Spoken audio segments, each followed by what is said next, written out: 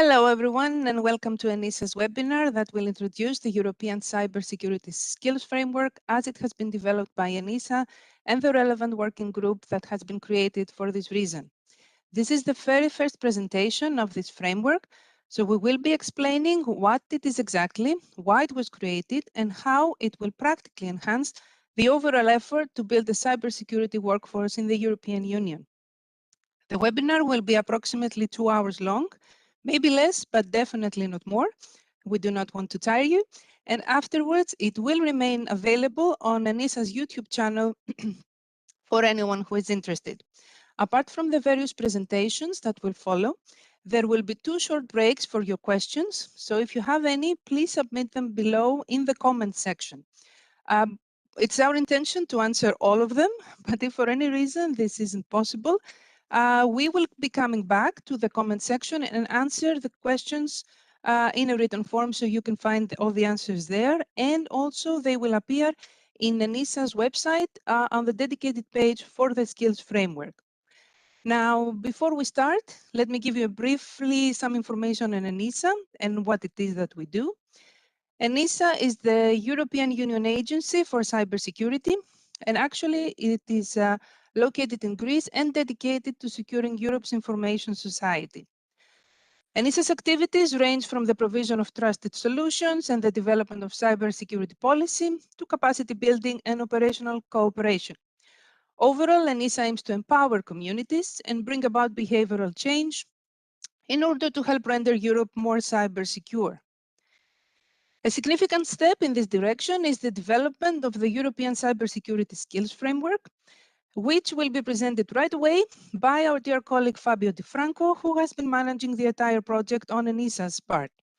Fabio has a PhD in telecommunication engineering and is a certified information systems security professional. In ENISA, he is currently leading the activities on cyber skills development for highly skilled people. He is also responsible for developing and delivering trainings to EU member states and EU institutions on information security management and IT security. Fabio, the floor is yours.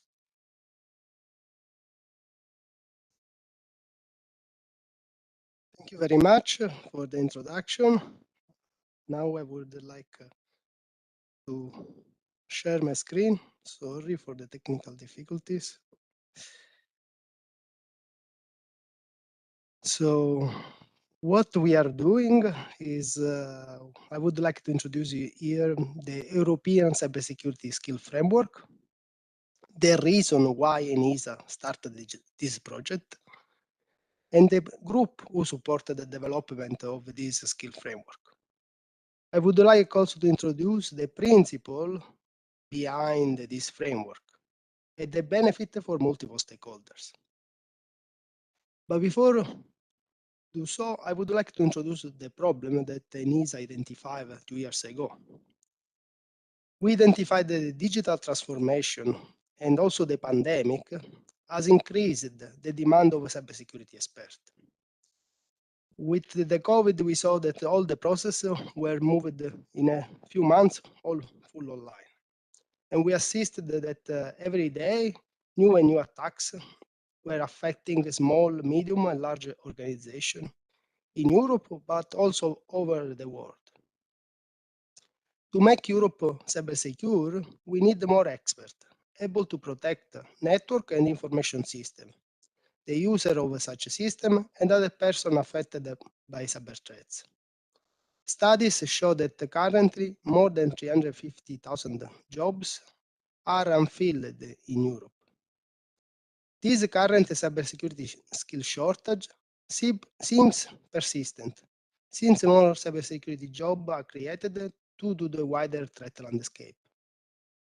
In order to minimize current and future skill gap and shortage, we need not only more cybersecurity professionals, but professionals with the right skill set. So the goal of a cybersecurity skill framework is to facilitate this matching between demand and supply, and so minimize the skill gap and shortage. In order to achieve this goal, this framework will ensure a common terminology and a shared understanding between cybersecurity demand and supply across the European Union. The framework provides an easy tool for creating a common understanding across the community on cybersecurity roles and skills. And now I want to spend a few minutes talking about this ad hoc working group. In fact, realize that we have this problem, the skill gap shortage. ENISA in July launched an open call for individuals to apply for this ad hoc working group. The scope was to help ENISA in developing an European cybersecurity skills framework. In December, this working group was created and started to operate. It is now composed by 17 experts coming from 13 different member states. Here there is the list of members and observers that are forming this group. They come from different backgrounds and they have different roles. Some come from private organizations of different sizes. Some are from SME, other from large enterprise, other coming from public organization, other one from academic institution.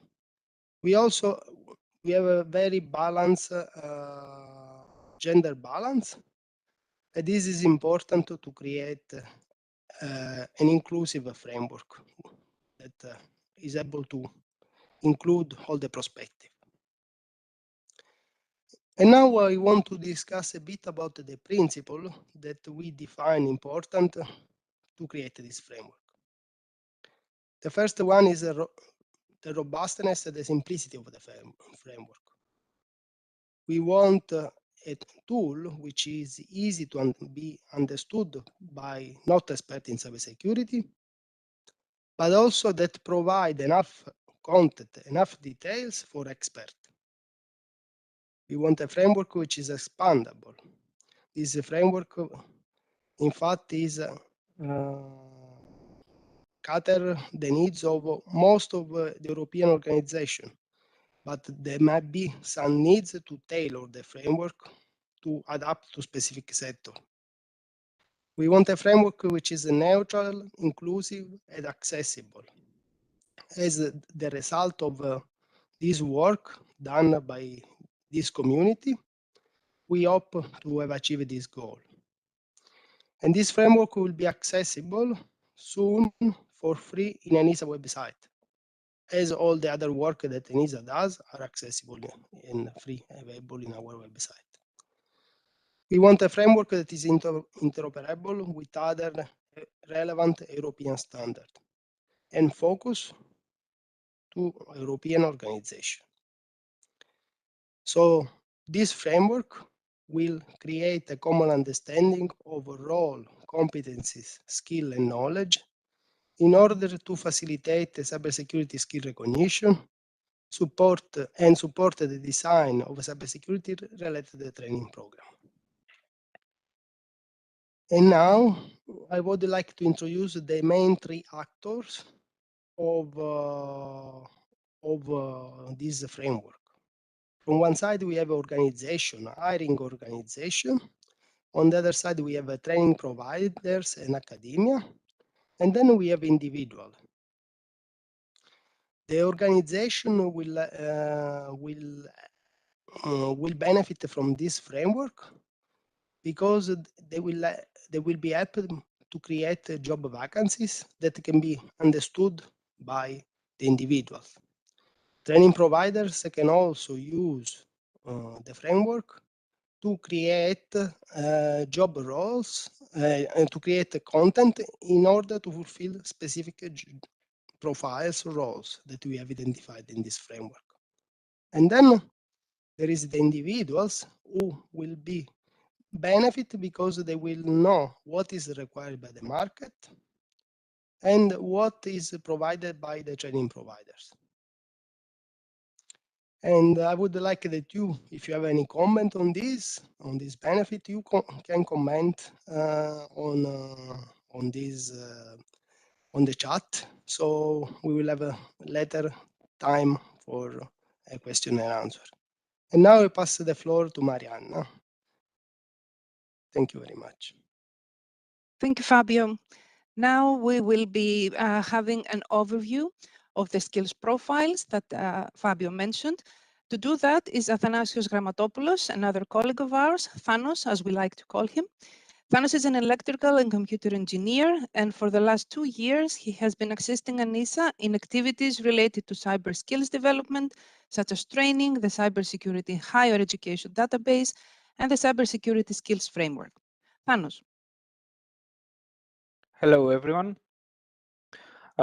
Let's look into the 12 cybersecurity profiles that we developed for this framework. So, starting, we have the Chief Information Security Officer, the classical Information Security Officer or IT Security Officer that manages cybersecurity strategy and its implementation. We then have the Cyber Incident Responder, an incident handler, security operations center analyst, and all that monitors the cybersecurity state and take actions upon a cybersecurity incident. Moving on, we have the cyber legal policy and compliance officer profile, a data protection officer or an IT compliance manager that manages the compliance with cybersecurity related standards, legal regulations or frameworks. Then, of course, we have the cyber threat intelligence specialist, a quite important role. I think everyone can understand what this role does. He's associated with all the intelligence that we have to collect, analyze, process, and feedback to an organization. Then we have the cybersecurity architect in all its forms, as a solution architect or a data security architect in general that plans, design solutions and controls. We then identified the cybersecurity auditor, an information security auditor that performs cybersecurity audits. Moving on, we have, of course, the cybersecurity educator. He is involved in the trainings and raising awareness in order to improve people's related knowledge and skills. We have then the cybersecurity implementer, a critical role. Here we can find also the cybersecurity developers or solutions experts, the persons who will develop, deploy, operate, and use the cybersecurity systems. Of course, we need to have the cybersecurity researcher in our framework that conducts research in the cybersecurity domain. Moving on, an important role is also the risk manager, an information security risk analyst or impact analyst that manages the cybersecurity related risks. Then we have the digital forensics investigator, which reveal this digital evidence linked to malicious activities and related actions. And as a last profile, we have the penetration tester, our ethical hacker, our red team expert that assess the effectiveness of the security controls. Moving on, we can see these profiles maybe in a CISO mind map. So we can say that our profiles could lie between a couple of sections. So we have the security operation, for example, the legal and regulatory, the governance and the risk management parts of the CISO mind map. And we can find on the prevention side, for example, the cybersecurity architect or the security implementer in order to prevent the malicious actions by protecting our system networks or patching our security systems and configuring securely our systems.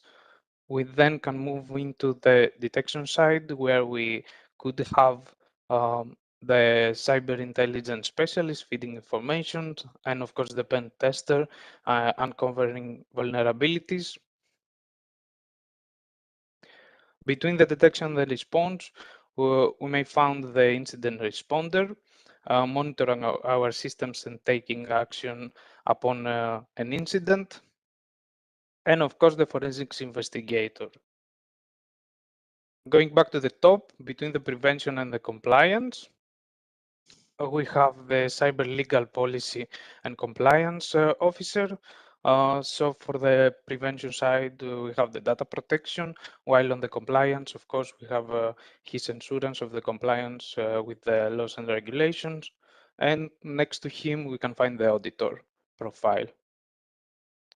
Moving on, between the governance and the risk management, we have from one side regarding the cybersecurity training, the cybersecurity educator, of course, and from the risk management side, for the security awareness, we have also the educator taking part on this.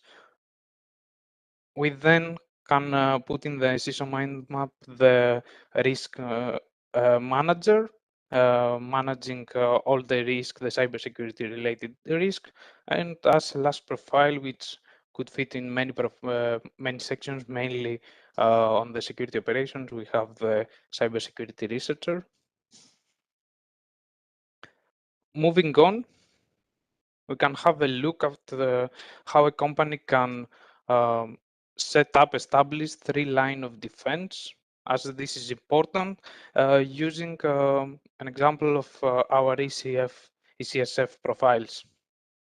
So on the first line of defense, which could be the operational roles that function in order to manage the cybersecurity risks and act as a first line of defense. We can find the cyber incident responder, the cyber implementer, and the security architect. On the second line of defense, we can have independent control functions, such as risk compliance, that oversee the risk and monitor the first line of defense controls. Here we can find the CISO, the cyber legal policy and compliance officer, and the cybersecurity risk manager.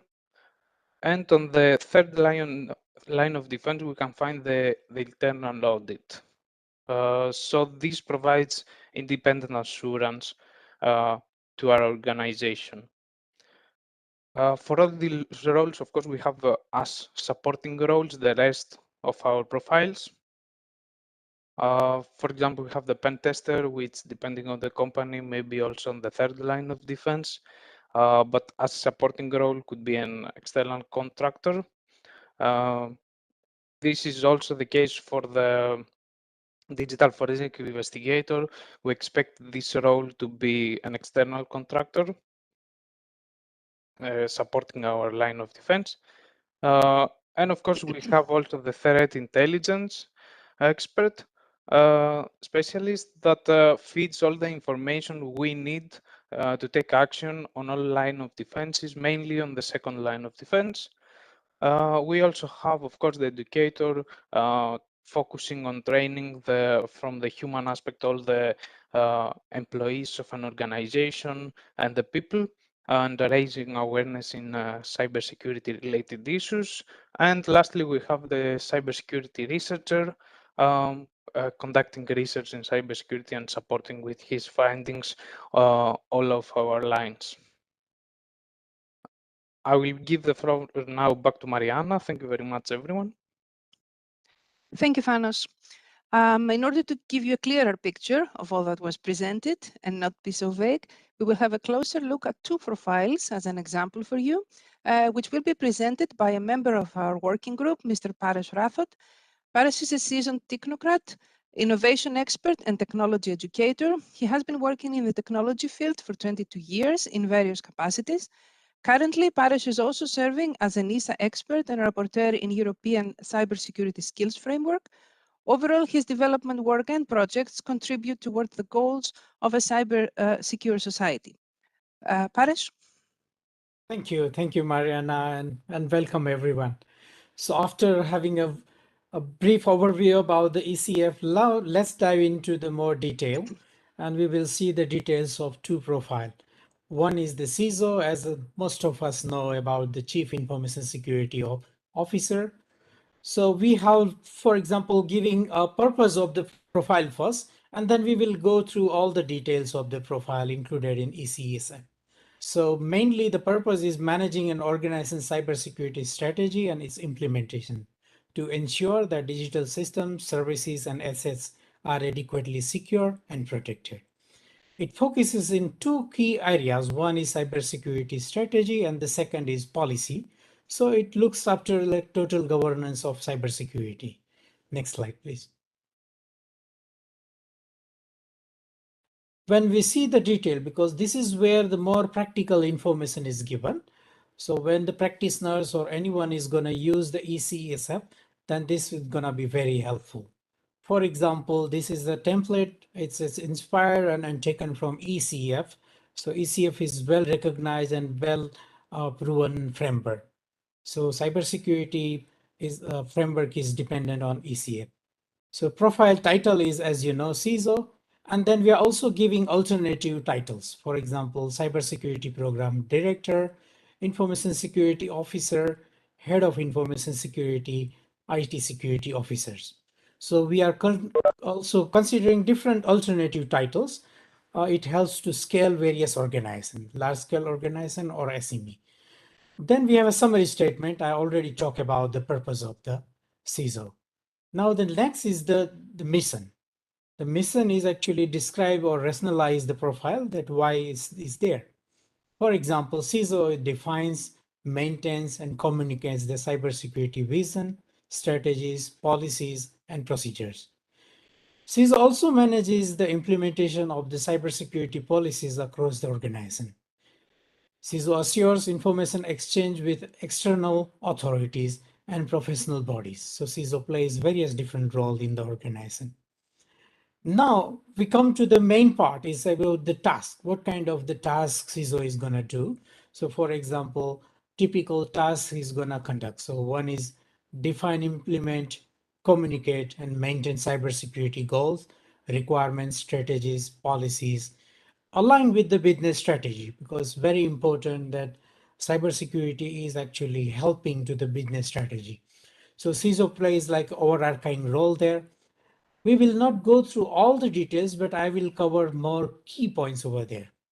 The next is CISO has actually doing the tasks related to prepare and present cybersecurity vision, strategies, policies for approval by the senior management.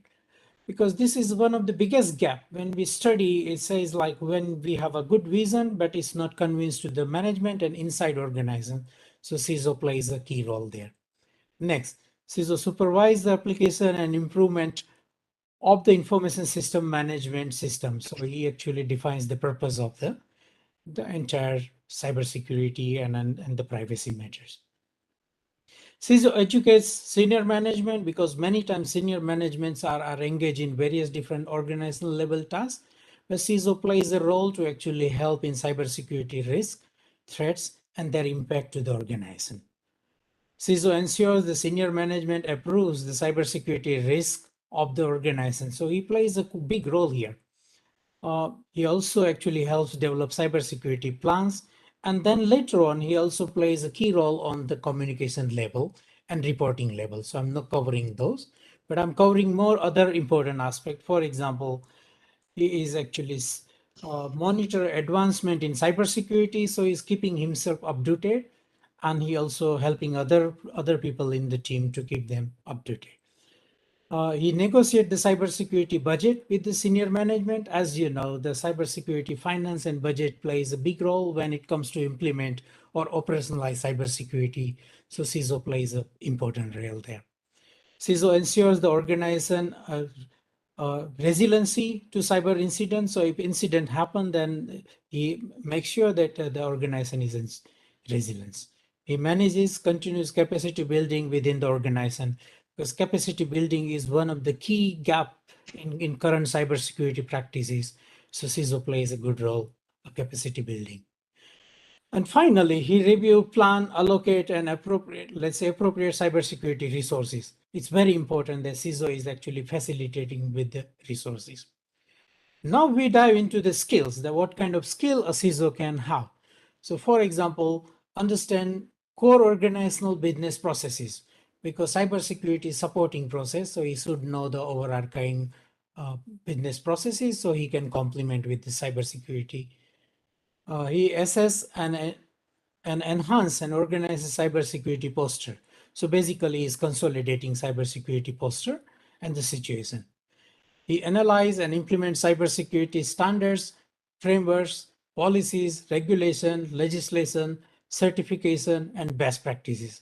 So basically he is aware of what's going on in the field, and he is also aware about the compliance of the cybersecurity.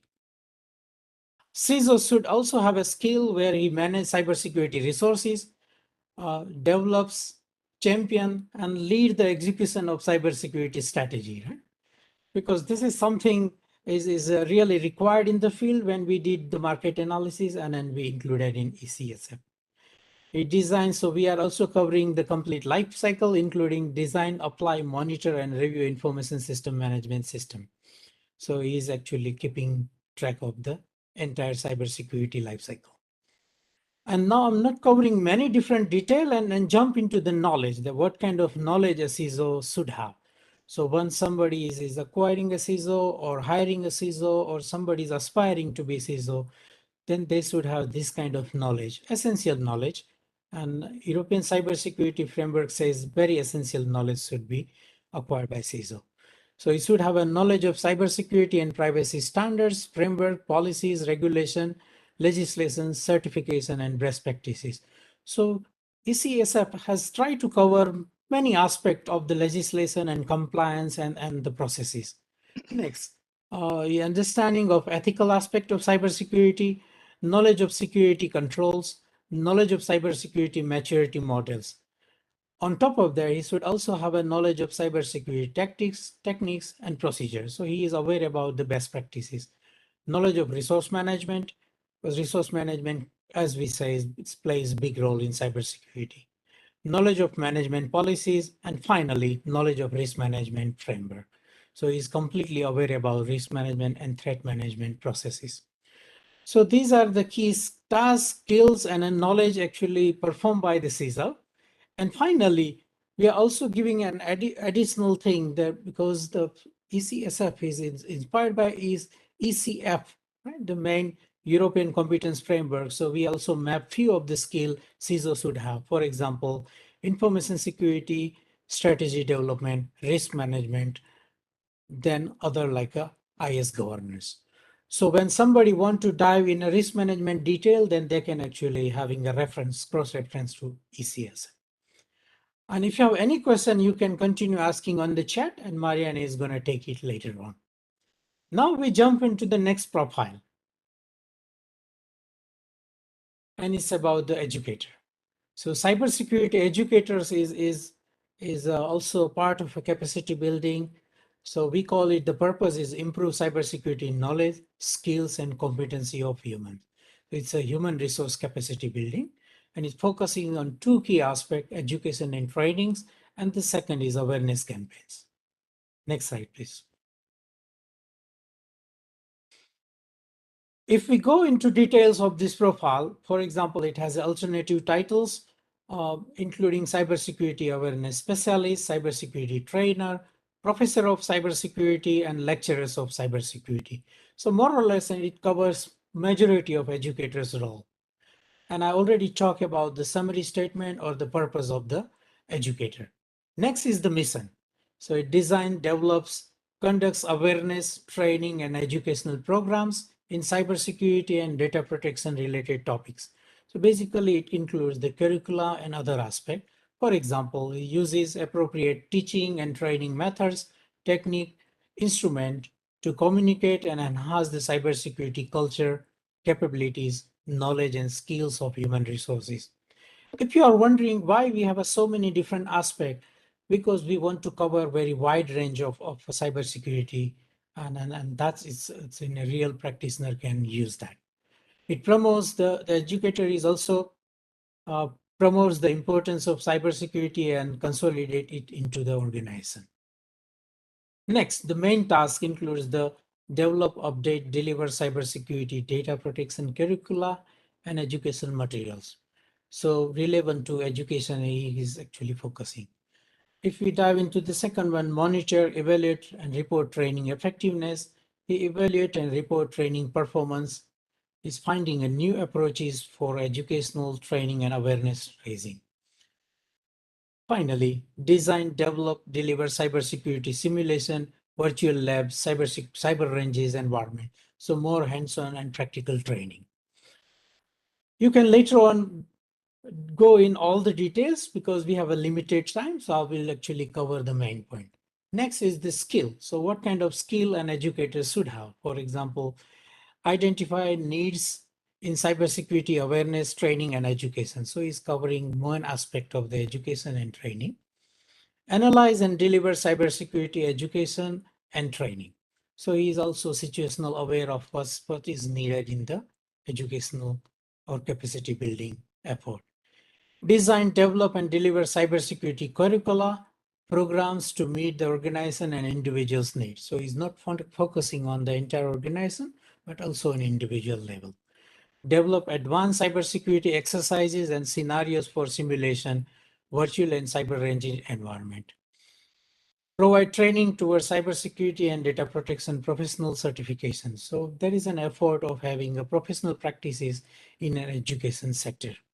And finally, I will skip few aspects there and go to motivate and intensivize learners. So basically, he is facilitating learner to upskill his knowledge. What kind of knowledge an educator should have? For example, knowledge of pedagogical method is very important that educator understand what is the need of individual as well as organizer, so he can tailor the material and curricula accordingly. So pedagogical methods. Next is advanced knowledge of cybersecurity awareness, education and training program development. So he's aware about what's going on in the field and he is building the programs accordingly. Knowledge of cybersecurity related professional certification. It's very important that we should be aware about what's going on in the field and how the practitioners are approaching these fields. Knowledge of cutting edge methods, tools and techniques, for example, hands-on approaches, cyber ranges, and then training. Knowledge of cybersecurity related legal framework, regulation, and standards. So he is also aware about the compliance. And finally, knowledge of cybersecurity frameworks, methodologies, control, and best practices. So he's aware about the processes. And ECF has few different competency relevant to educator, and we have mapped with those. One is education and training provision. Second is personal development and information security management. More detail can be found in ECF. Relevant to these two profile or any other profile, if you have any question, please ask into the chat. Thank you for your time, and I'm handing over to Marianna. Thank you very much, Paresh. Now we will take a short break for your questions, the ones that you upload and ones that we have already gathered. I would like to talk to Fabio first and ask him please to clarify what is the target audience for this skill framework that we are talking about. Thank you, Marianna, for your question or for the question from the audience. Mainly, the target audience of this skill framework is there are 4 categories, let's say. First is the hiring organization. Second is the training providers, individual and citizen. And fourth, the policymaker. I will try to explain why these 4 categories. The hiring organization can use the framework to adapt a tailor or create job vacancies that can be clearly understood from the citizen for the application provider. Also, this framework can help them to provide a valuable guideline, a roadmap to build, expand, or run the cybersecurity functions inside the organization. The training provider will be facilitated in developing content material and train people based on the needs of the hiring organization. So from one side, we have the hiring organization that map their organization based on their needs, but in some way connect the map to our framework. On the other side, the training provider can do the same approach and they use our framework as a guideline to shape their learning outcome.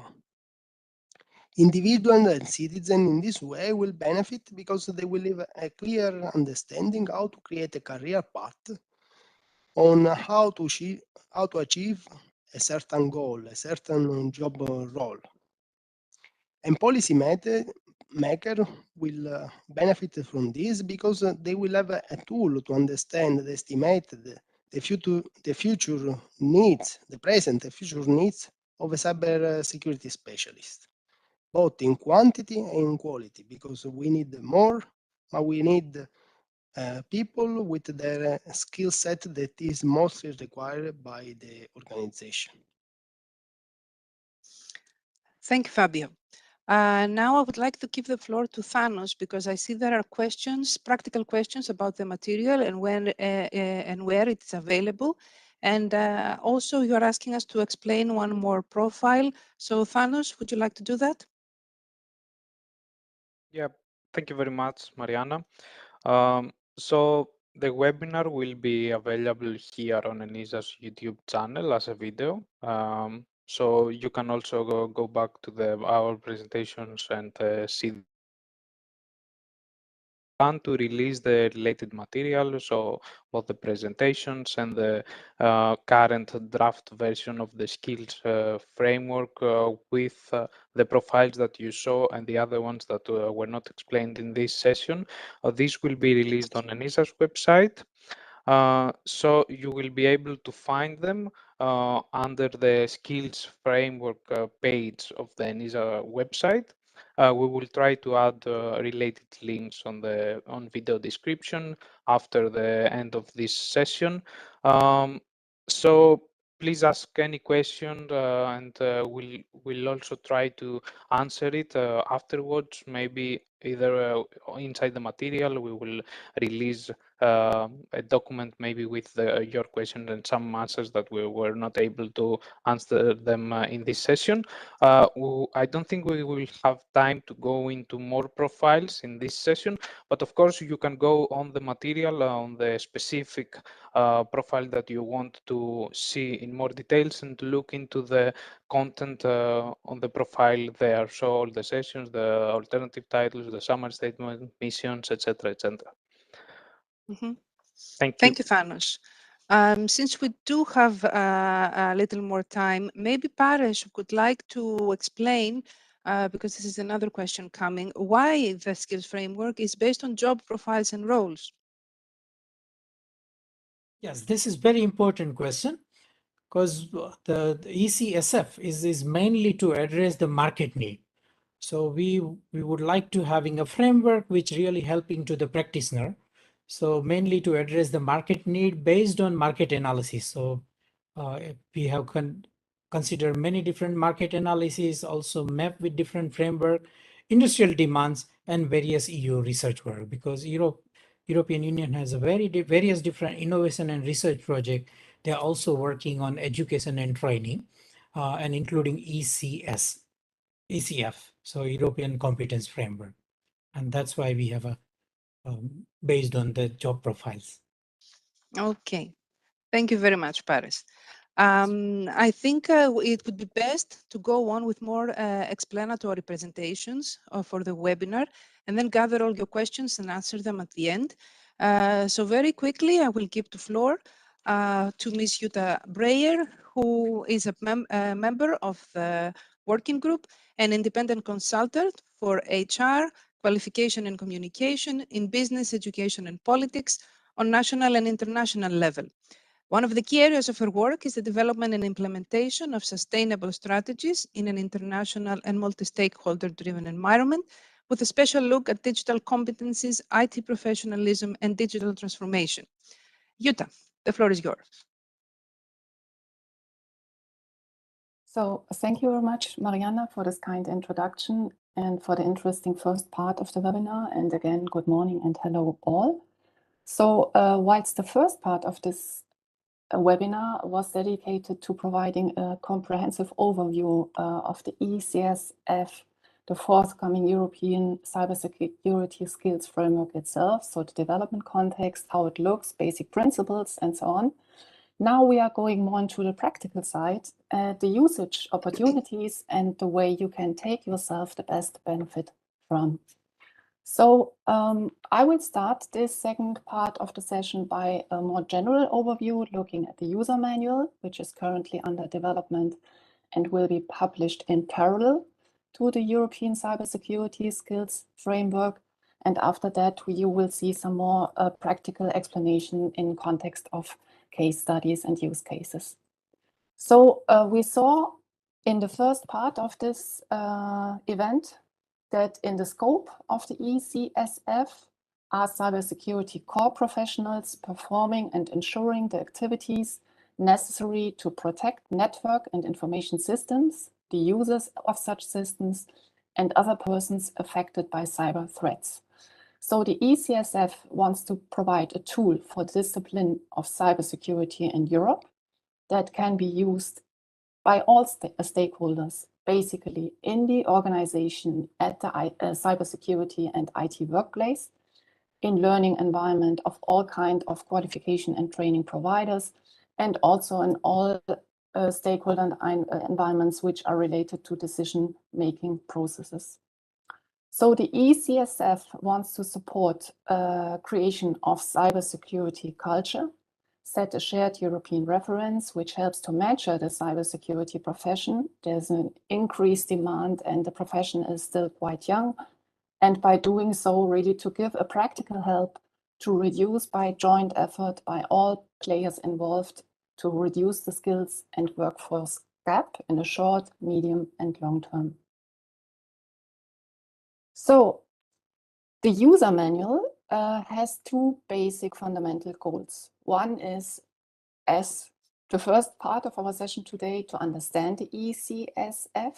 So explain the European Cybersecurity Skills Framework in short, explain briefly the design principles, and explain why this framework will be very useful as a shared tool for the European cybersecurity professional domain.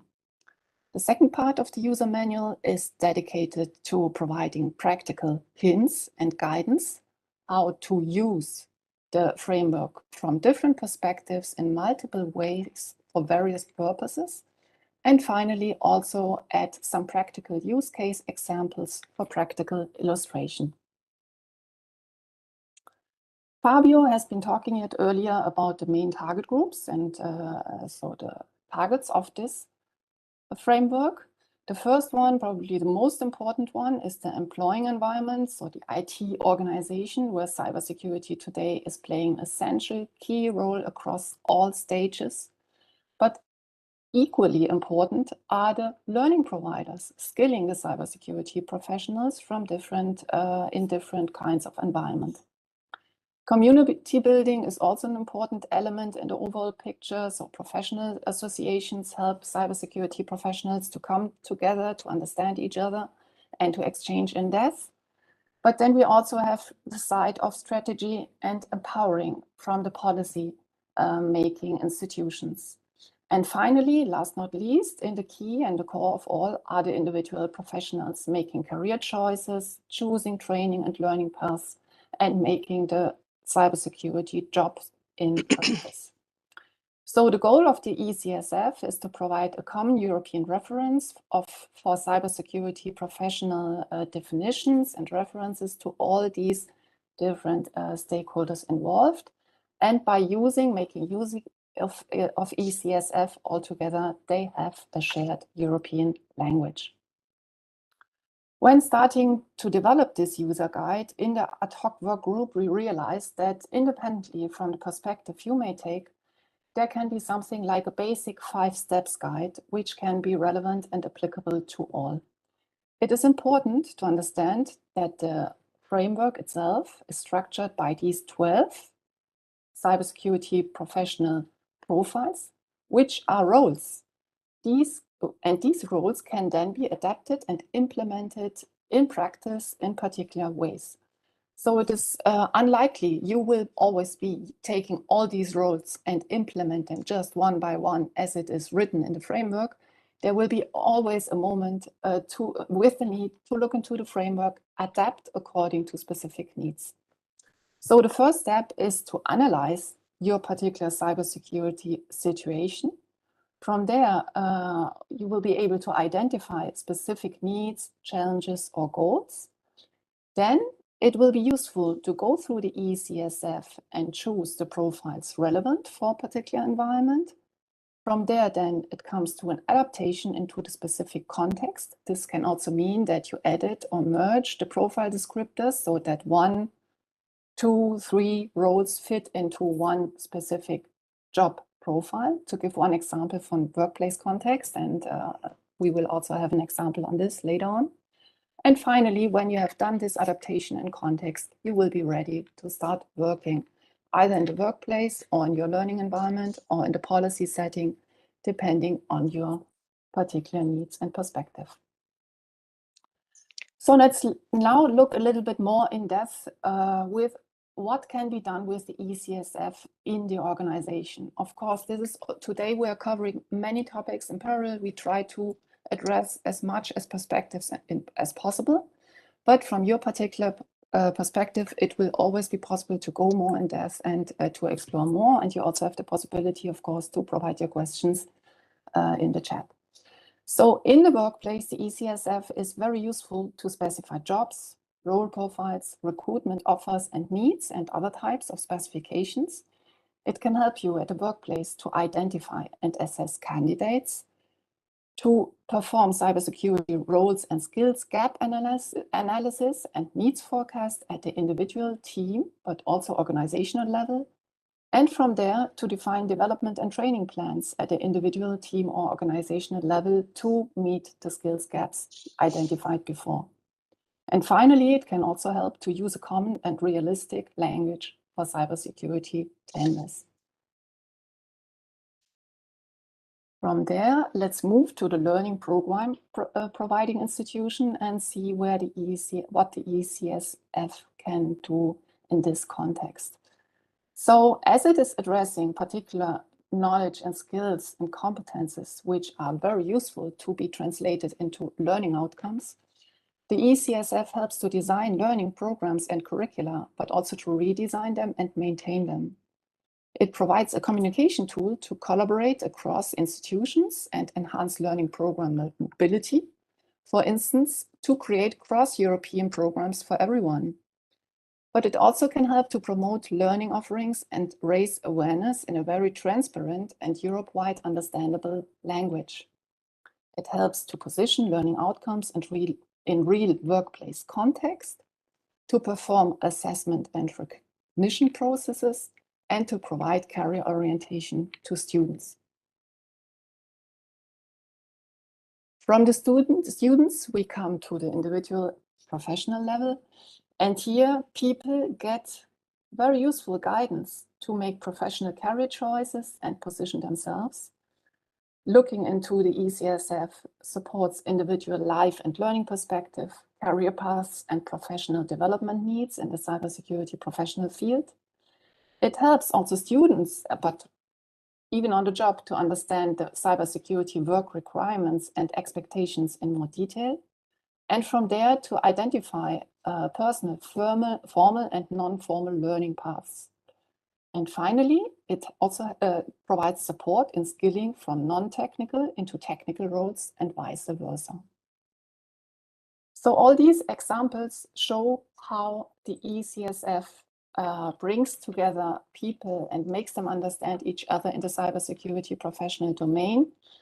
And we come to a very important next target group, which are the policymakers and legal stakeholders. They need to understand today what cybersecurity professionals do and why they are needed.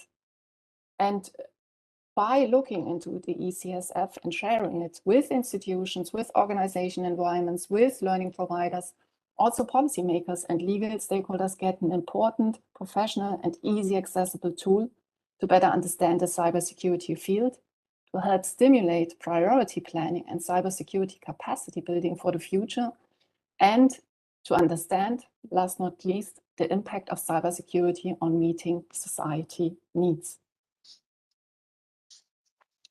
So in sum, we can say that ECSF is a professionally developed, well embedded in the European environment standard reference for all.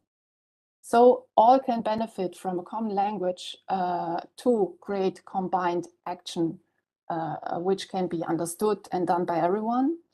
ECSF helps to accelerate collaboration processes by having a common reference to start from, and gives by doing so a shared reference to gather and present cybersecurity professional needs related information at all levels, internal and external, national, European, but also internationally. With this, I come at the end of my presentation. So, and again, talking a moment about the ECSF user manual itself. This manual will be the result of another ENISA ad hoc workgroup joint effort. As the framework itself, it is developed by a collaborative development process. The first draft is currently under internal review by all 17 ad hoc workgroup members. And the goal is to create best from the ad hoc workgroup multiple perspectives, experiences, and expertise, to provide you all with as much as possible practical tips and guidance how to make best benefit of ECSF in your particular context. Publication of the manual is planned for September 2022. And with this announcement, I would like to close my presentation. Thank you for your attention and pass the floor back to Marianna. Thank you. Thank you very much, Jutta, for the very interesting presentation. We hope this was clarifying enough for you, but if it wasn't, we will go on with to present 3 use cases of the skills framework. The first one will be presented by Professor Vladlena Benson. Vladlena is a professor of cybersecurity management and director of Aston University Cybersecurity Innovation Center. Her research on illicit money flows, anti-money laundering, cryptocurrency forensics, and secure by design fintech is supported by Horizon Europe, the Economic and Social Research Council, and Innovative UK exceeding 10 million. Vladlena serves on the board of Isaac Central UK, and her work on diversity in cybersecurity workforce has been recognized by multiple awards. Vladlena, the floor is yours for the first use case.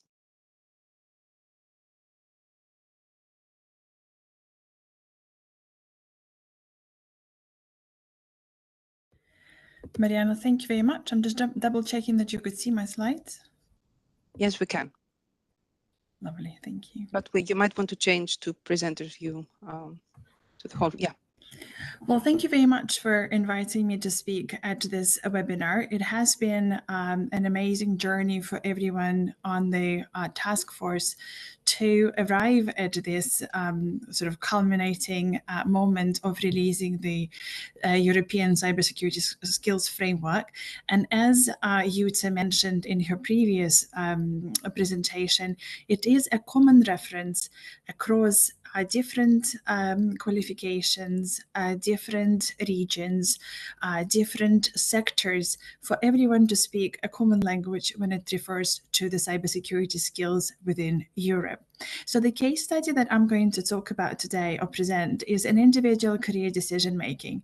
We know that there's thousands of cybersecurity professionals already in the field, and all of them are aspiring to progress in their career, succeed, and contribute contribute to making Europe the safest place to work and live in. Today, I will talk about the ISACA credentials and application of the European Cybersecurity Skills Framework for an individual when making career choices. So if we start with a person, so if you think about someone who is at the start of their careers, and in front of me is Sabine, who has a university degree. It may or may not be in cybersecurity because all of the fields are open for cybersecurity a profession as such. She is at the moment at the start of the journey, or working as a cybersecurity implementer, and thinking about where she would like to be in 3, 4, 5 years' time alongside of her career progression. She would Vladlena, sorry.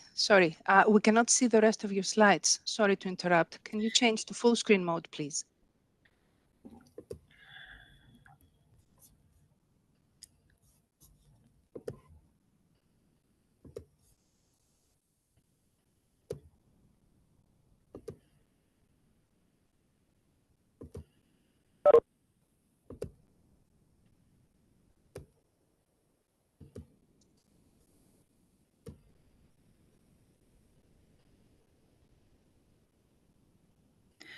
Can you see it now, Marianna? We can see it now. I don't know if we will continue to see the rest. Can you put full screen on, please?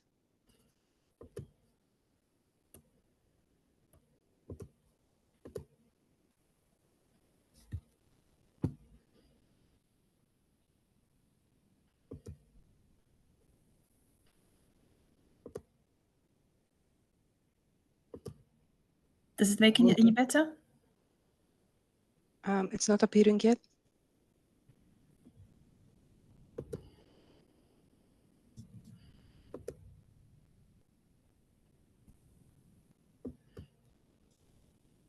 In the meantime, I want to answer a question that I saw in the chat, mainly related to when this framework will appear.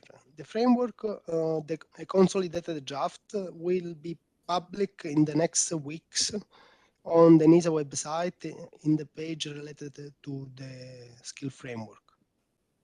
In September, we will release the final version. So in this meantime, in the next couple of weeks, you will see in this page the version, the draft version. So if you want to comment, you can send an email. There will be an email associated, and you can send an email with your comment, and we'll try to include as many feedback as possible to make this framework better. The goal is to complete the framework by June, so we will have the publication of the framework by September. And now I give the floor again to Lina. Now we can continue with this case. Thank you. Okay, so I hope you could see the Sabine's career goal at the moment. Yes. Yes. Okay. Thank you. So we mentioned that she has a university degree. She would like to become, as in her future state, the information security officer, a CISO, and she needs to make the career decisions of where she would like to be. So one of the things that she's done so far is to research the ECSF Profile 1, and she has met with her mentor to discuss where she would like to be. So she would open the manual to have a look at what are the aspirational sort of the areas of development that she needs to address. She would look at a number of roles where she would like to progress into and select the appropriate route to the career progression. So she would look into the Chief Information Security Officer sort of the profile, looking at what is the mission of the role, what are the main tasks involved, and she probably would sit down with her mentor to look at how she can develop her abilities to to include the leadership and more sort of managerial actions into her career progressions as such. She would look at the key knowledge that she needs to acquire and select what are the specific ways forward that she needs to achieve, to comply and to satisfy the requirements of the Chief Information Security Officer.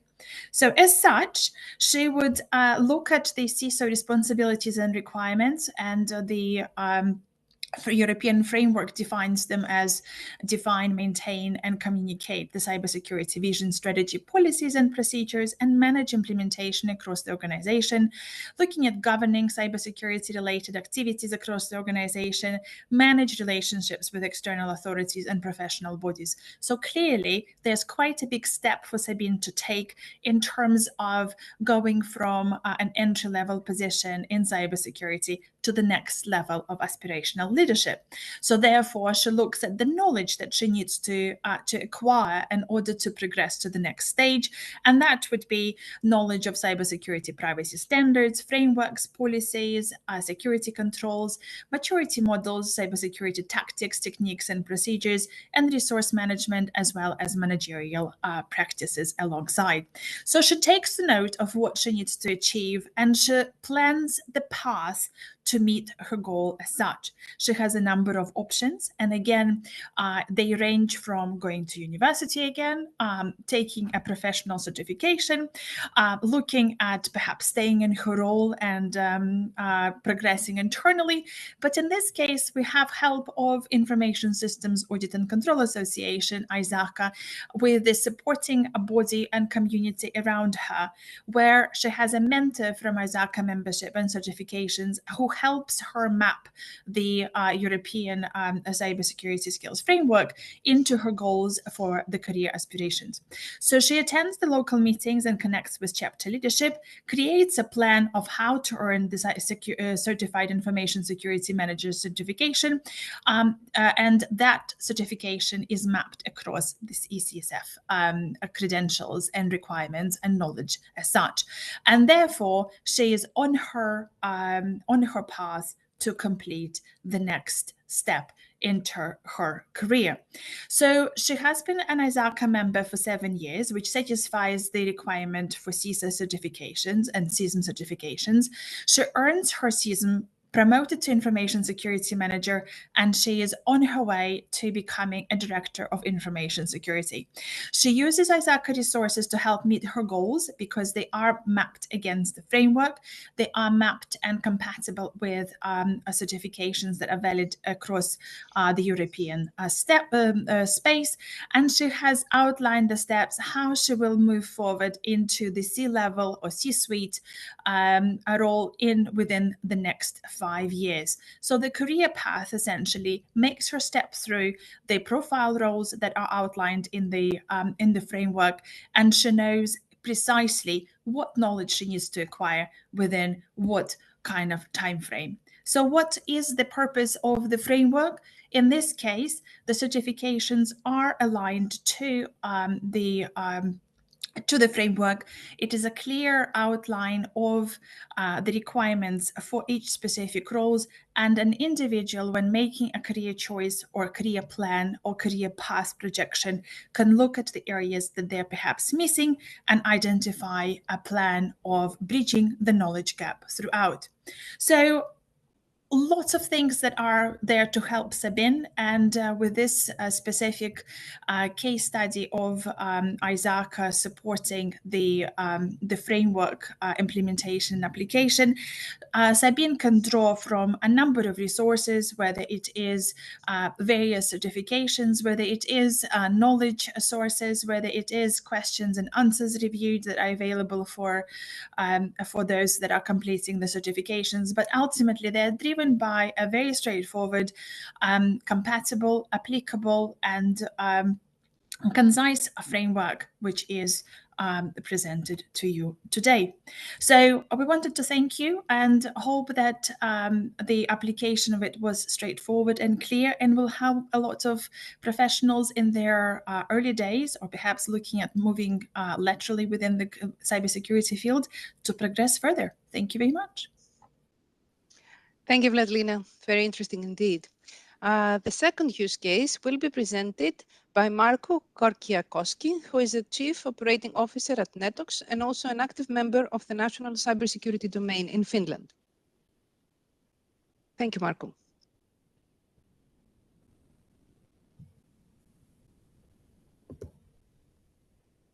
Yes, that's fine now.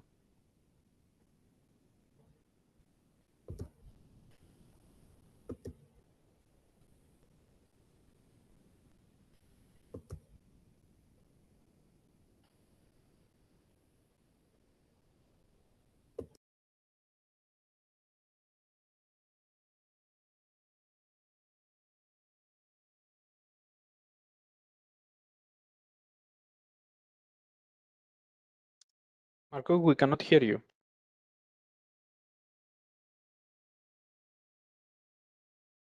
Can you hear me now? Yes. Oh, it's the same. I'm telling you jokes here. So you missed all of those. Oh, yeah. Sorry about that.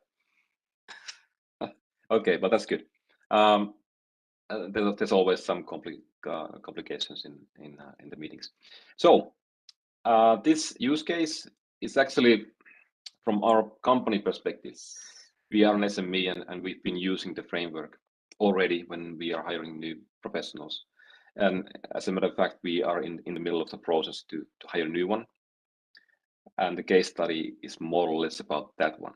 And it's a nice continuation of the previous presentations as well, I think.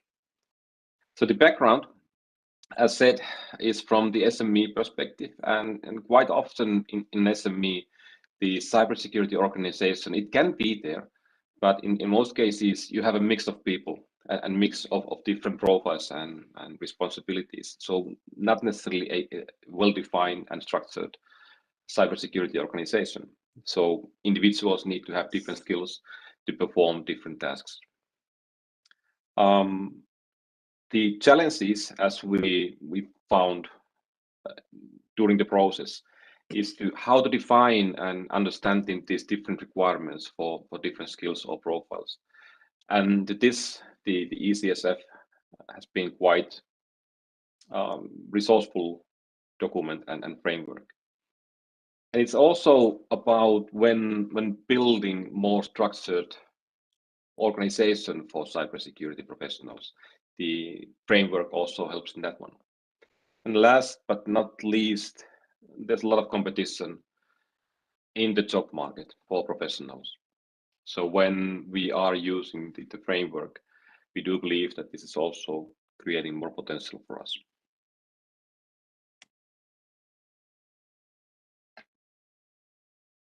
Now the slide is not changing.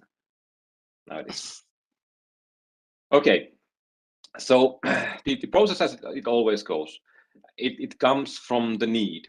And in this case, the need from our case is actually for new customers. But it can be also many other things. It can be lack of expertise in current organization. You need to start building the competencies, so the framework helps in that one.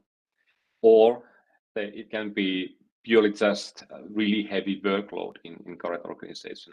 But nevertheless, about the need is there, and you need to find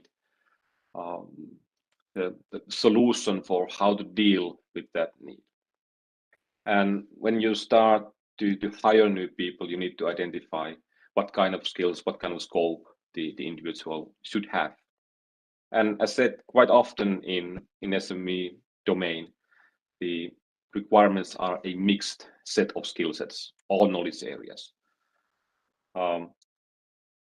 In HR, well, depending on the company, HR can be well-functioning, well-defined, and structured in most cases. I've learned that it's not necessarily like that. So you need to have also support in the HR. And as said, the competition in the job market. The same circle was presented in Jutta's presentation in different way, but the message is the same. So you need to analyze your need, identify the skills and gaps, and then you can jump into the profiles and get more information from those. How we've been approaching this. So we went through the requirements for that specific position. What kind of skills or what kind of organization the profile will work in, what kind of high-level requirements and competence areas we will require to have in that position. And it actually boiled down to have quite many different knowledge areas. And when we start comparing those to ECSF, those skills or knowledge areas or tasks are actually associated with different profiles, many different profiles in this case. 5 of those. Some can be even more than this. But that's fine. ECSF is a framework. So and you can use and utilize the framework in different ways. In our case, we went through all these different profiles. And as for example, in Paresh's presentation, there's a table about different skills, different knowledge areas, different tasks for each of these different profiles. So we went through all of those and we picked the right competencies, we picked the right skills, right tasks, and then we listed those. And once the list was ready, we moved into prioritizing all of those different attributes. What would be the most highest ranking attribute in this profile out of all of those different skills or knowledge areas? And we went through all these things. And then once that's ready, we compare the list of attributes and the prioritization of those to original list of requirements and competencies we identified for this professional position.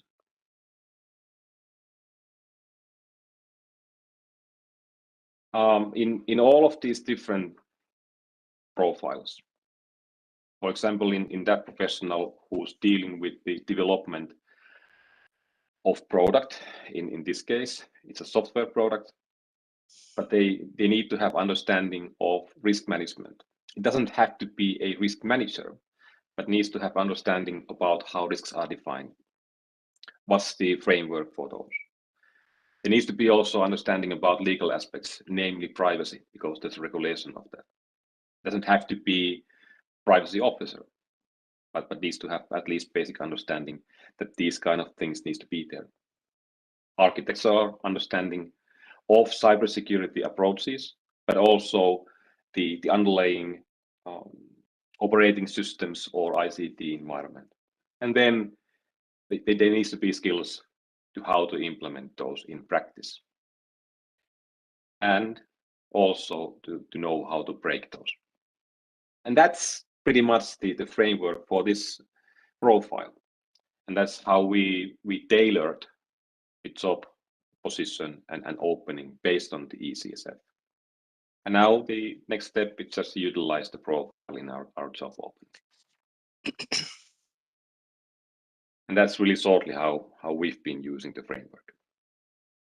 Thank you very much. Thank you very much, Markku. And now for our final use case, we welcome Ms. Sara Garcia to the floor. Sara is a computer engineer by the University of Lyon with several masters and certifications in management and business management, as well as cybersecurity. With 20 years of experience in the ICT sector and cybersecurity, she is currently head of talent in cybersecurity at the Spanish National Cybersecurity Institute and also collaborates with various programs to raise awareness in cybersecurity and increase the number of women in STEM disciplines. Sara. Thank you so much, Marianna. Well, I'm going to talk about another case of study. In this case, I'm going to talk about what we are doing here in Spain. Like Marianna mentioned, I work in the National Institute, Cybersecurity Institute here in Spain. So I think it's important to see how a government or a country is implementing or is using or can use this framework. First of all, well, I think it's important before we talk about this framework or the use of this framework here in Spain, is to talk about to have the context of what we are doing here in Spain and how we are doing the things here and trying to explain you what's the main things that we are working here in Spain. So we have different strategies, different documents, official documents that are related to cybersecurity and the strategy of the nation about cybersecurity things. And the good thing in these different documents is that the talent is one of the main axes. So it's the basis for being a good country or a strong country in cybersecurity. We need talent. What we have observed that is here in Spain, we don't have information, or we didn't have enough information of what's happening with talent here in Spain. We have data and some diagnosis analysis about what was happening in the rest of the world, in Europe, but we didn't have enough information of what's happening here in Spain. So recently we published an analysis and diagnosis of cybersecurity talent in Spain. And the objective of this analysis was to clarify what was happening with the talent here in Spain and what were the problems that we have to resolve with activities that we can do. So I'm not going to go inside this analysis, but we wanted to enhance here that for us it was very important to have into account a lot of people and organizations, also from the administration, public sector, but also the private sector, the academy, the innovation sector here in Spain, the Human Resources Association, in order we can have a complete imagine of what was happening here with the talent. After doing this research, we find that we have two talents. Well, these talents, I think, is all around the world have the same problem with the talent and the gap between the supply and demand.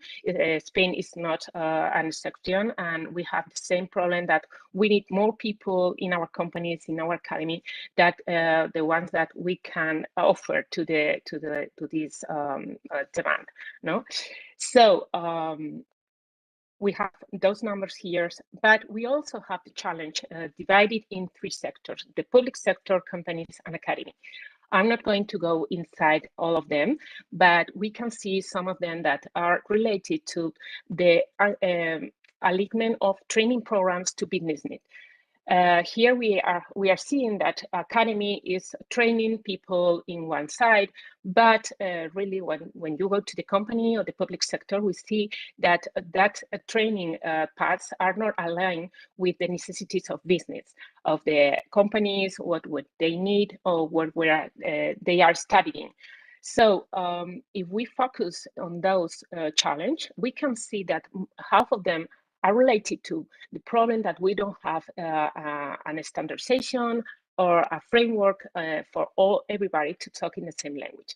So for us, it's very important, this framework, to have a European Cybersecurity Skills Framework is very, very important for our country, because we think that having this framework, we can talk in the same language, we can align the academy with the companies and with the public sector, we can establish itineraries, training paths, in order that people that comes here and tell us I know that it's enough work here in cybersecurity, but what I am doing next, what path I'm going to follow.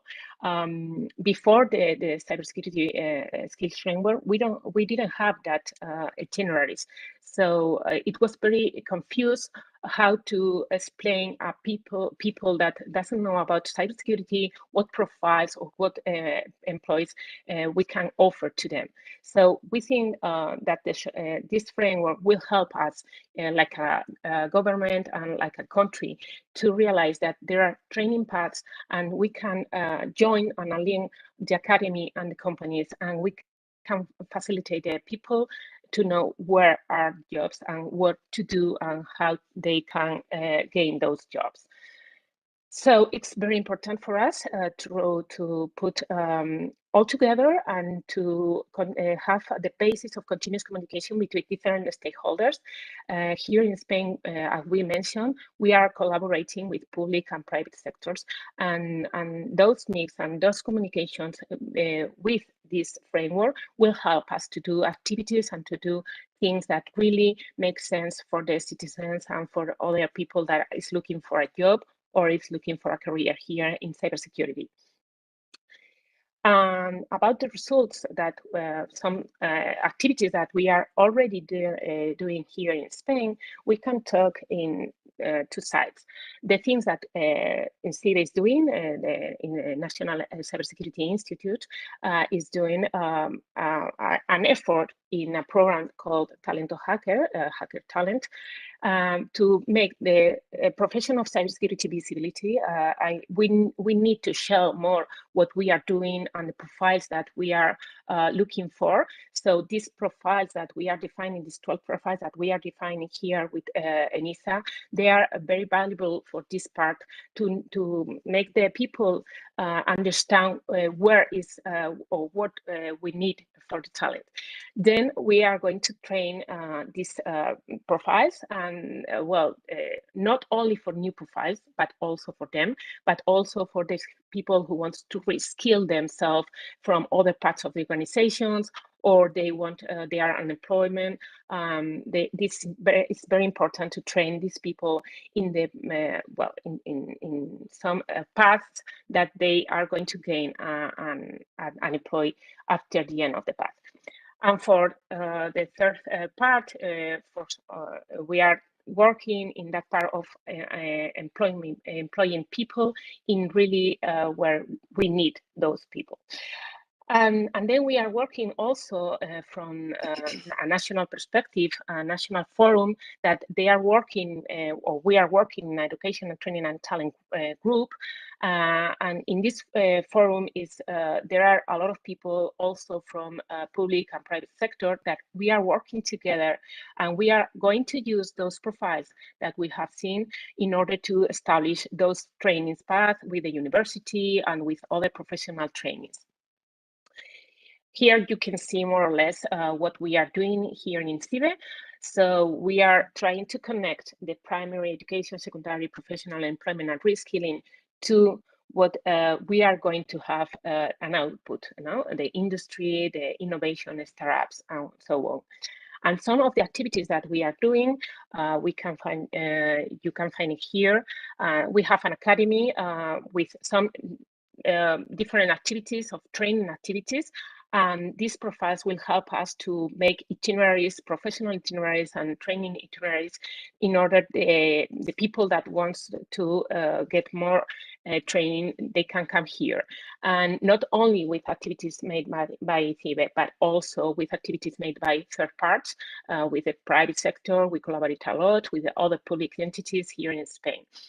And we do a lot of things also with people or new people that wants to come to the sector, and with these profiles we will be able to tell them what path to follow in order they can be a professional.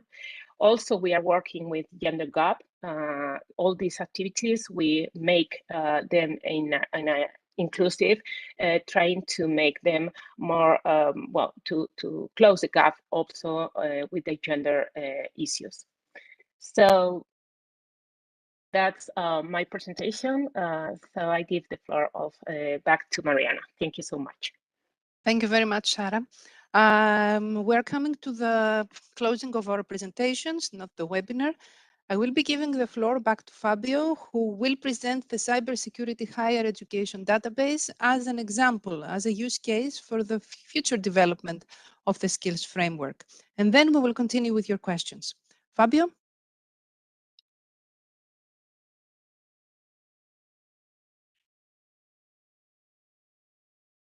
Hello everyone again. Let's see, me give him 1 second to share my screen. Wait a second.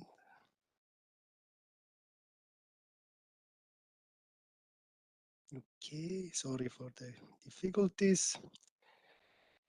You should be able to see my screen. Can you confirm? Yes. Okay, so now I want to talk to you about an initiative that ENISA started almost 3 years ago.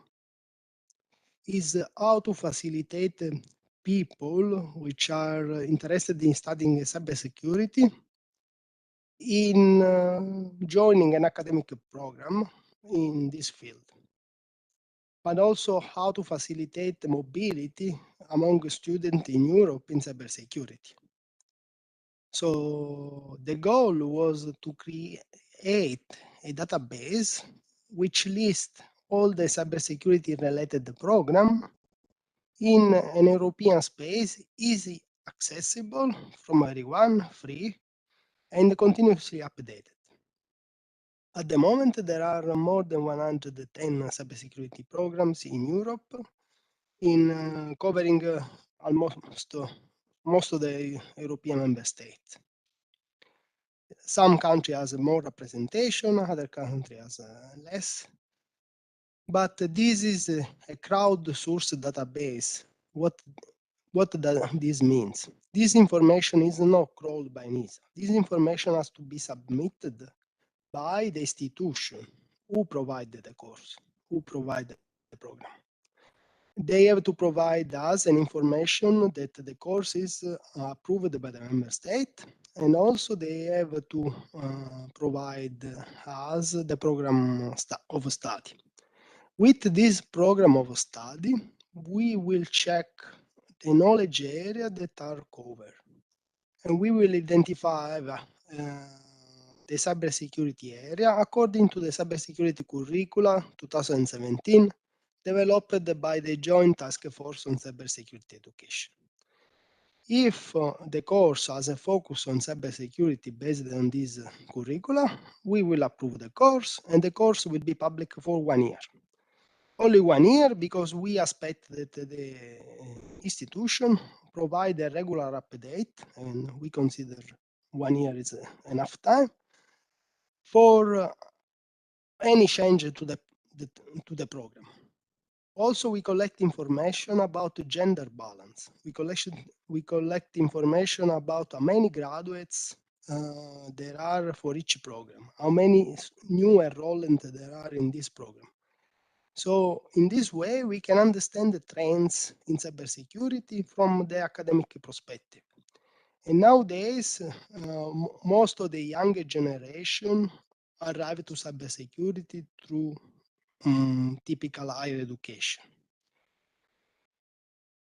Now you see why we are using, why is important this new framework, the European Cybersecurity Framework. The European Cybersecurity Framework will help us to develop in the future a comprehensive, flexible curricula based on the profile that we have defined in this framework. So you don't have only, we will not list only the cybersecurity program. We will also associate to this program what are the possible job scope or the profiles associated to this program of study, based on the content of the program of study. So this is a work that will be started next year, and hopefully will be concluded by next year, either by ENISA or by a partner organization through ENISA. And now I have seen a lot of other questions related to the next steps. So I want to take the opportunity also to talk about the next step. So we have a consolidated draft. Paresh has presented to you 2 profiles. There are other 10 that probably you are eager to see. So we will release soon in our web page this consolidated draft. Is still a draft, so we expect to have some changes. So we expect also your review, your comments in the form of an email sent to us. And then we will also launch a call of expression for speaker in a cybersecurity conference, which will happen in Athens in the second half of September. The goal of this conference will be to bring together national, European, and international stakeholders who will share best practices in building a cybersecurity workforce. So the focus is the cybersecurity workforce in general. At the same time, obviously, we will present this framework and the user manual. But the focus is not only this, is to have a convention where everyone involved in this field will have a place to share their information. And with this, I think I cover most of the topic. I give the floor back to Marianna for the question and answers. Thank you very much, Fabio. I will quickly go to your questions, so we have time for all of them. What about other possible roles, like a commercial cybersecurity consultant role, for example? Markku, you think you could answer that? Sure, thank you. It's a very good question. I think we partly discussed that already in previous presentations. It's a framework. You should please keep that in mind. It's a framework that covers huge field of different professionals and profiles. So we need to make compromises of how many profiles, for example, we start to add on the framework. But at the same time, it gives flexibility to merge different profiles, to take some parts of some profile and add that to another one, and create the profile that you need in your business or domain where you are at. So you don't need to follow the framework as strictly based on the profiles. It gives the guidance and the framework for the whole field. I hope that answers the question. Thank you, Markku. Of course, as we speak, if you want clarifications on the questions, you can write them in the comment section. Does this framework, can this framework be used to help for a career change and help non-IT professionals to join cybersecurity? Maybe Sara could help us answer that. Thank you, Marianna. Yes, of course. I think we have mentioned in some of the presentations we have already done that this framework can help people to understand what are the paths to follow to find a profession. You can change your careers, or even if you don't have knowledge about IT, you can follow these paths and academical and in your company. So I think it's going to help us to define what we are talking about, what we are looking for in our companies and in our academy. So yes, of course, it could help. Mm-hmm. Good, thank you. Will career paths be defined in order to give individuals a better perspective? We're talking about most common or logical transitions between roles. Vladlena, maybe you could answer that?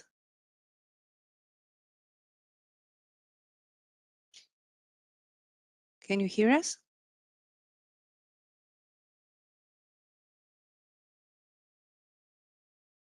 Maybe there is some problem. No, I should be okay, Marianna. Sorry. Thank you. A few buttons to press. Yes. So the benefit of the framework is that it is universal for the European space, and therefore any individual completing any certification or any degree should be able to open up the manual, pick the right knowledge, map it across the career aspirations, and therefore benefit from a unified view of the cybersecurity profession. It not only helps individuals to make their own choices, but also helps other entities within the cybersecurity ecosystem to steer and to guide mentors, to steer and to guide various professional bodies into how to develop future interventions within the skills and degrees and certifications as well. So overall, it's a step towards harmonizing the skills and the profession across the board, which will lead to a more unified cybersecurity space and a safer Europe in total. Thank you. Thank you. I think that was really clarifying. Quickly going on to the cybersecurity implementer role seems to me a bit too wide, as the different domains of implementation vary a lot between very ample and and objectively ample domains. Paresh, would you like to answer that? Absolutely. This is very interesting question, because when we talk about implementer, then they have various different roles. So I think the question, whoever has asked question, complement to them. But the usefulness of ECSF is we have alternative name. So when you check the alternative title, like Information Security Implementer, Cybersecurity Solutions Expert, Cybersecurity Developer, Security Engineer, then DevSecOps Engineer. So it covers a key area of implementer. For example, when we see the purpose, it says develop, deploy, operate cybersecurity solutions, system, assets, software, controls, and services on infrastructure and product. So as Markku and Vladlena says, you can use this ECSF to need of your organization. You don't need to use the entire one. So hope it helps. Thank you, Paresh. It does indeed. Maybe Thanos can help us answer two questions from Muratu and Peter. They are asking if there are any inputs or reference taken from other frameworks like the NIST, as it seems that these frameworks have similar objectives. Yes, thank you, Marianna. So I will share briefly my screen. I hope you can see that. So initially we started with a framework and we set some goals. So after setting these goals that also Fabio presented, we moved into looking and analyzing other frameworks and also the market side. So based on our goals, we reviewed the structure of other frameworks, what are the good parts, what we can use. But of course, as our goals were involving all kind of companies, all kind of size of companies, SMEs, bigger companies, maybe smaller ones, we have to follow our approach and create a framework based on our needs. So based on our needs, we thought that we needed those 12 profiles that we identified and this structure, which could be in some cases either a bit more abstract than we need, but a better use for companies that maybe are not too specialized in the cybersecurity sector or into the IT sector. So by using this layout and this abstractity level, we think that it better fits the scope and the criteria we set. Of course, there are other frameworks, maybe diving into more details in cybersecurity or solving a problem that it's different. So the goal is different here. This doesn't mean that the one framework is better or the other one is better, but we think our framework better address the goals that we set. Thank you, Marianna. Thank you, Thanos. That was really explanatory. Fabio, maybe you can help us answer if there is a plan to map the existing European cybersecurity jobs and include them in the ECSF. Thank you for the question. Yes, we started, as Thanos show, we started an analysis of the jobs that are available in Europe.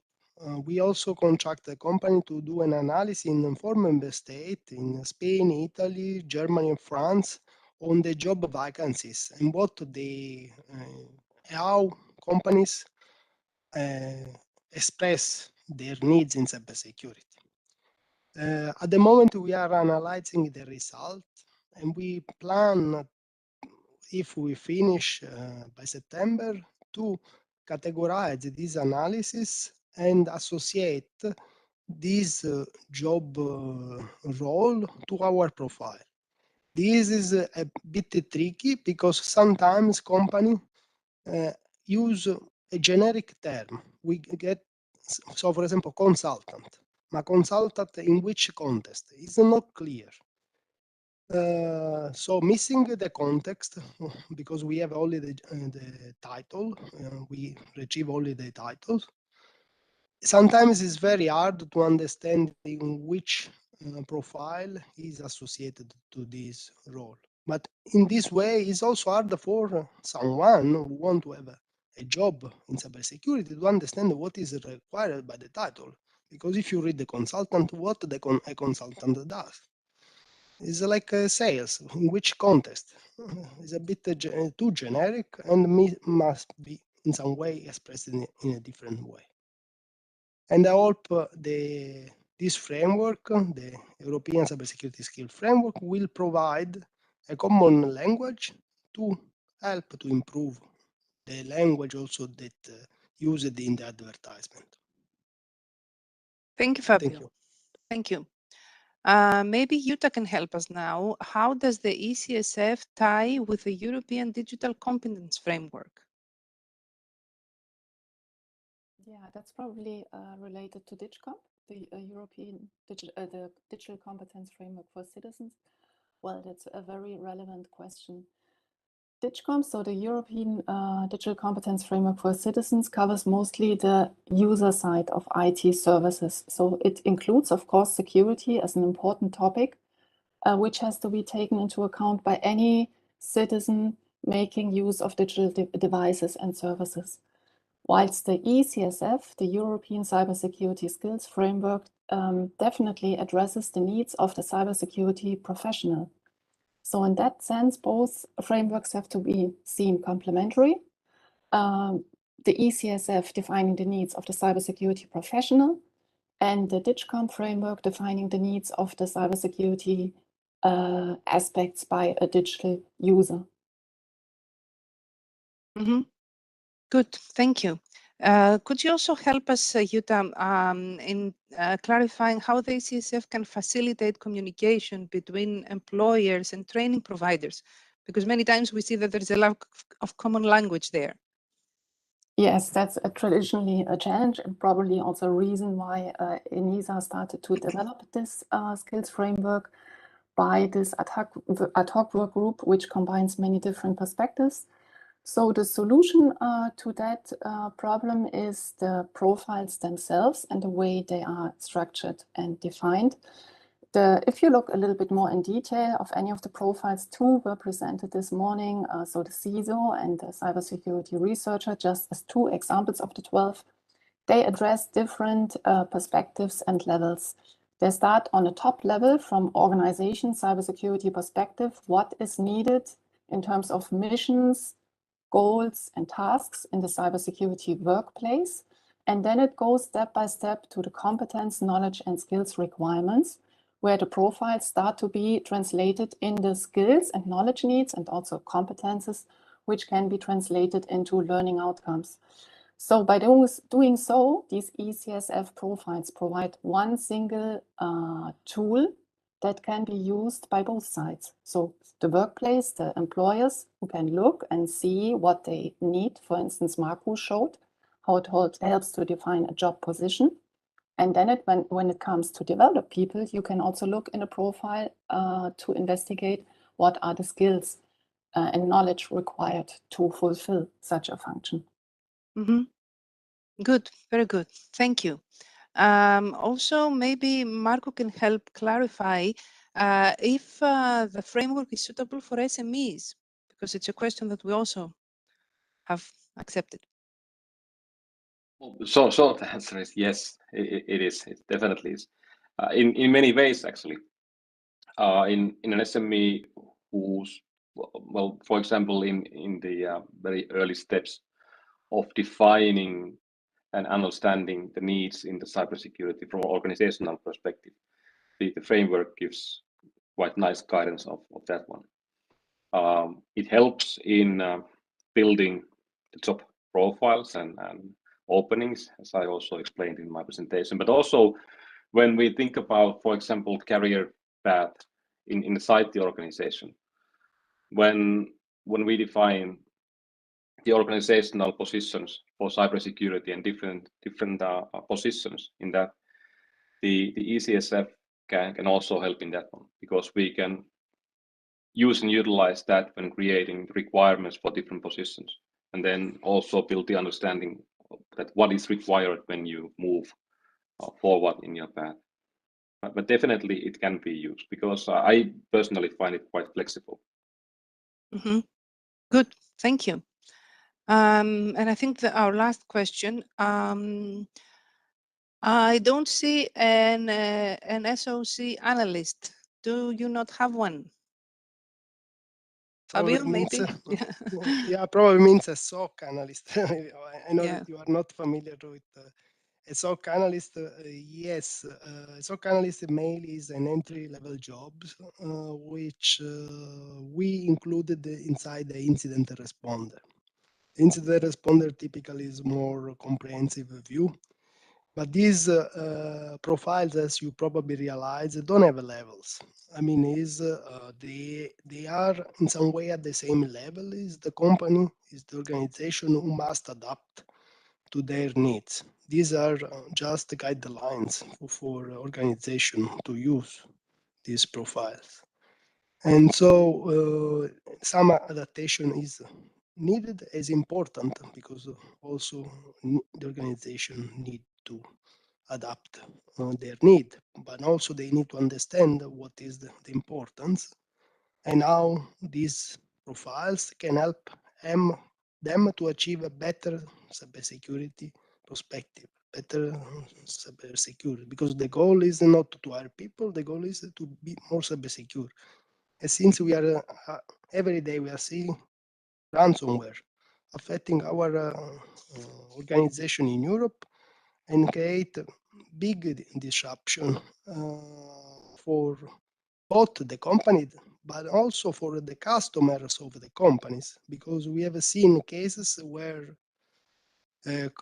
ransomware has exfiltrated the data and they have asked ransom not to the company but to the customer of the company, because the information that they retrieve has much more value for the customer of the company than for the company by themselves. And the customer of the company has more money to pay. And this has been a new trend. ENISA monitor all this activity. We have a threat landscape group which monitor all the activity on threats, and we have seen this trend increasing. And don't affect only large organizations, affect also small organizations which has very important and sensitive data also from the customer perspective. And they don't want to lose the relationship with the customer, because if this information becomes public, they might lose the customer. And if they are very dependent on a few customers, then we might close. I hope this clarify the question. Yes, it does. And we also have another one. How is the framework, Fabio, I think this is for you again. How is the framework going to be promoted to businesses, etc., so that they recognize and use it? Meaning, how do they get it, how to get it into common adoption? Okay, this is a long process. And I think Sara probably will help me to answer this question later, because she will look from the Spanish perspective. I can tell you from the European perspective. So from ENISA has, with this ad hoc working group, has created a common understanding of these profiles. Now we are giving all of you the opportunity to comment on this framework.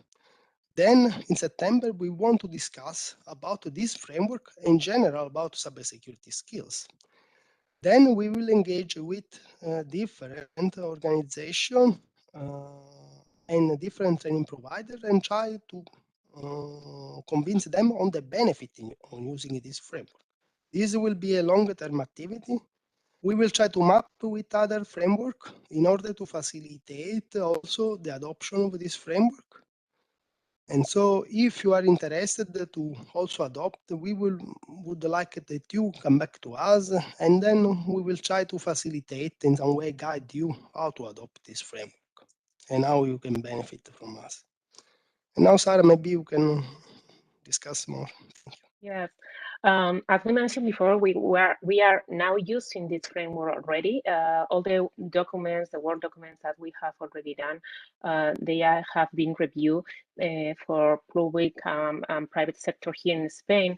So we are all in the same page. We are trying to work together because we detect the need of having a framework, and we think it's a good opportunity to enhance this framework that is going to be the European framework. So we are already working right now here in Spain with these 12 profiles, and we are waiting for September to have the last version in order to have more activities done and more inside the companies and with the government activities and public and private relationship.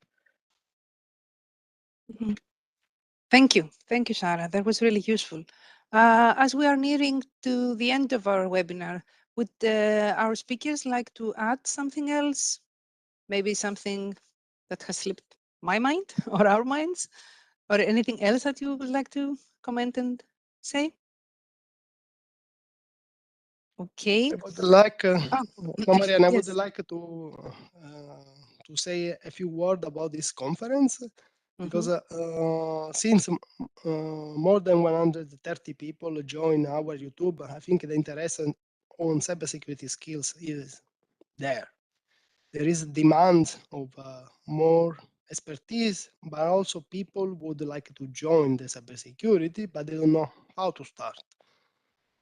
So with this framework, we are trying to do, we are trying to help how to create career path in cybersecurity, specific for a career progression or to a certain job role. Not all the job role in cybersecurity are the same. This is we have to clarify.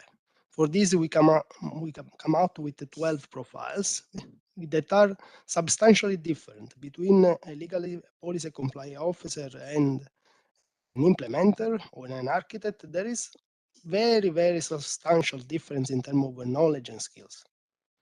So the goal is to give more opportunity to people to join this field, which is very interesting. And also for the people who are working in cybersecurity on skills, I welcome them to apply for the call of expression for the speaker in this conference.